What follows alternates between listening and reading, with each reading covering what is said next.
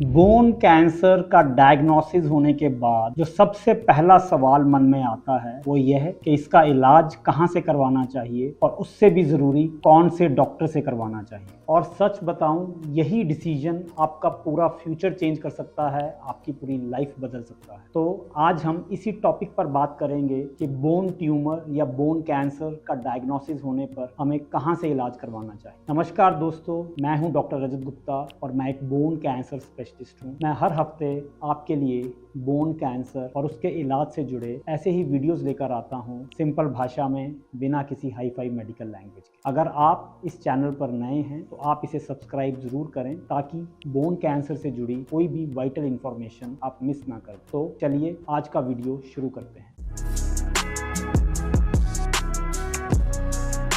Bone cancer का treatment थोड़ा अलग होता है। यह एक रूटीन ऑर्थोपेडिक प्रॉब्लम नहीं होती, यह एक प्लान्ड जर्नी होता है, सिर्फ एक ऑपरेशन नहीं। और इस जर्नी में 3 इंपॉर्टेंट स्टेप्स होते हैं। पहला, डायग्नोसिस, जिसमें कि मरीज की बायोप्सी की जाती है और ये डिटरमाइन किया जाता है कि मरीज को कौन सा कैंसर है और उसका ग्रेड क्या है। और इसका दूसरा स्टेप होता है प्लानिंग, जिसमें कि हम ये डिसाइड करते हैं कि मरीज को पहले ऑपरेशन होगा या फिर कीमोथेरेपी और कितनी होगी। और इसी जर्नी का तीसरा स्टेप होता है सर्जरी। यह सबसे क्रूशियल स्टेप होता है, जिसमें कि हमारा एम होता है कि पेशेंट का कैंसर एक पीस में निकल जाए और पेशेंट का लिम्ब भी बचा रहे। इन तीनों स्टेप्स में अगर कहीं भी कॉम्प्रोमाइज हो जाए तो उसका असर हमारे फाइनल रिजल्ट पर पड़ता है और बाद में चीज़ों को रिवर्स करना काफ़ी मुश्किल हो जाता है। इसलिए बोन कैंसर का ट्रीटमेंट स्टार्ट करने से पहले सही प्लानिंग और सही अप्रोच का होना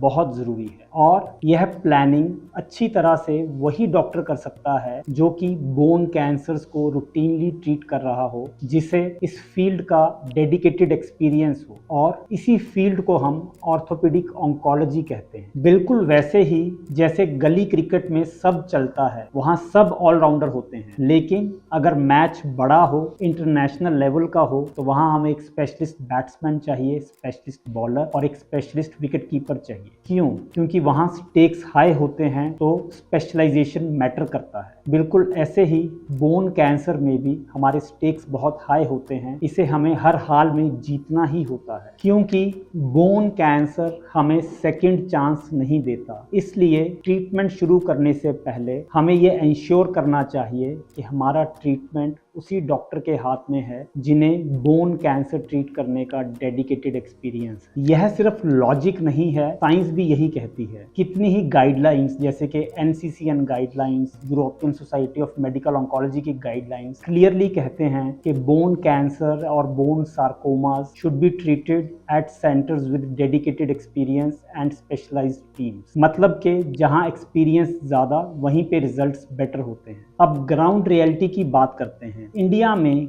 बोन कैंसर स्पेशलिस्ट यानी कि ऑर्थोपेडिक ऑन्कोलॉजिस्ट बहुत कम हैं। यानी कि हो सकता है आपको अपने सिटी से बाहर जाना पड़े, आपको ट्रेवल करना पड़े और यहीं पर पेशेंट्स कॉम्प्रोमाइज करते हैं। लेकिन एक बात याद रखिए, जब हम बच्चे की पढ़ाई के लिए स्कूल ढूंढते हैं तो हम बेस्ट स्कूल ढूंढते हैं, क्योंकि जब बात अपनों की आती है तो हम बेस्ट चाहते हैं। लेकिन जब बात बोन कैंसर जैसी सीरियस बीमारी की हो तो वहां पर कॉम्प्रोमाइज क्यों? यह वीडियो किसी के खिलाफ नहीं है, बस आपको सिर्फ एक बात समझानी है कि बोन कैंसर ट्रीटमेंट एक अलग फील्ड है, जहां पर एक एक्सपीरियंस टीम आपको better planning, better limb salvage के चांसेस और बेटर क्योर रेट्स दे सकती है। तो अगर आपको या आपके किसी फैमिली मेंबर को बोन कैंसर डायग्नोज हुआ है तो ट्रीटमेंट स्टार्ट करने से पहले स्पेशलिस्ट ओपिनियन जरूर लें, क्योंकि बोन कैंसर में कोई गलती छोटी हो सकती है लेकिन उसका असर छोटा नहीं होता। और अगर आपको लगता है कि ये बात किसी तक पहुंचनी चाहिए तो इस वीडियो को शेयर जरूर करें। Thank you.